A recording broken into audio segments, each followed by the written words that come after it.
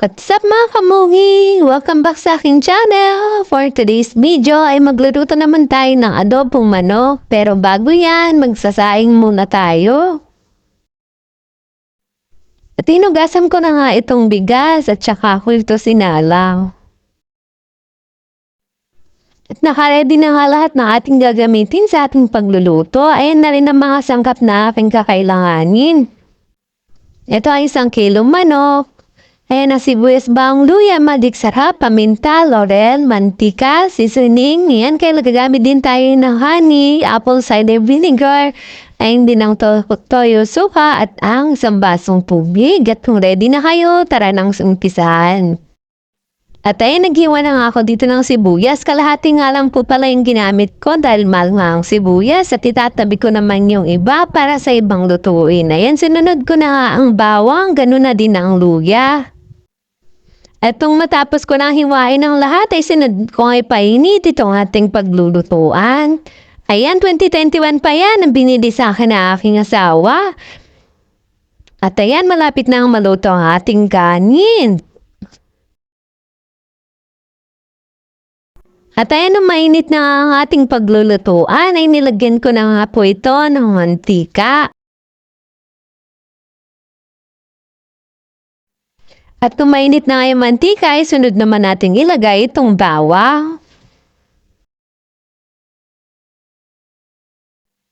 At nung nagbo-brown na nga itong ating bawang, ay sinunod ko na nga itong sibuyas. Pagkatapos naman ng sibuyas, ay susunod naman natin itong luya.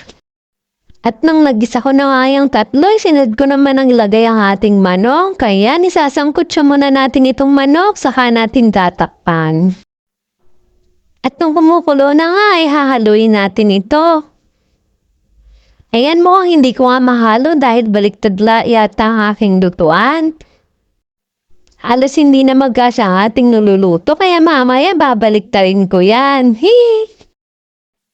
At ayan, titimplahan ko na nga ating niluluto. Ayan, nilagyan ko na sa ng pamintang durog at saka 2 sandok ng toyo. Ayan, sunod ko na rin ng magic sarap at kick with seasoning. Tsaka ko ito tatakpan. At nung kumukulo na nga, ay lalagyan na natin ito ng suka. 2 klase nga pala na suka aking nilagay. Ang dato puti na suka at ang apple cider vinegar. Nilagyan ko lang naman siya na 1 sandok. Sa apple vinegar naman ay kalahating sandok. Gaya nga ng aking sinasabi, kapag maglalagay tayo ng suka sa adobo, ay wag natin itong mahaluin at wag din nating tatakpan kasi ito ay aasim. Ayan, hayaan lamang natin siyang sumingaw at maluto. At ayun, habang kumukulo ang ating adobo, ay lalagyan ko na po ito ng dahon ng laurel. Ayan, aking pong pinunpunit para dumami. At pagkatapos ko namang ilagay ang laurel, ay isusunod ko na itong honey syrup. Ayan, masarap po ang adobo pag nilalagyan yan. Tsaka ako naman nilagyan ng 1 basong tubig. At ayan, maiinin na ang ating kanin. Malapit na tayong kumain. At habang niintay nga ating maluto ang kanin, tignan muna natin ito ating ulam na niluluto. At ayan, kumukulo na nga siya, ay atin naman itong titikman. At dahil mabapo nga siya at hindi ko masyadong mahalo, ay atin naman itong babaliktarin. Ready na ba kayo mga kangubing?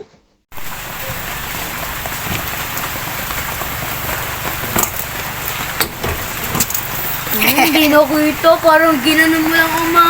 Parang tinasbaba mo lang. At ayan, binaliktad ko na nga siya mga kamuging. Kinakansyawan pa nga ako ng aking anak dahil parang itinaas ko lang yan. Napansin nyo naman siguro mga kamuging, ayan ano, doon dati yung ating nilutuan kanina, ngayon naman ay malalim na. At ayan, malapit na maluto ang ating ulam mga kamuging. Maraming salamat nga po pala sa patuloy na sumusuporta. Maraming salamat po sa inyong panunood. Naway wag po kayong magsasawa. Thank you po. At ito na nga po ating finished product. Talaga naman napakasarap kapag nilagyan ng honey. Instead of asukal, ay honey na lang po ang inyong ilagay. Mura na, masustansya pa. Saan ka pa?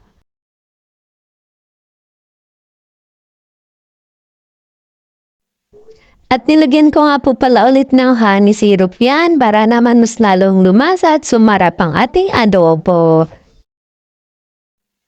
Tara, kain po tayo mga kamuging. Sabayan niyo po ako. Hanggang sa muli mga kamuging. See you on my next vlog. Goodbye and God bless sa ating lahat. Bye!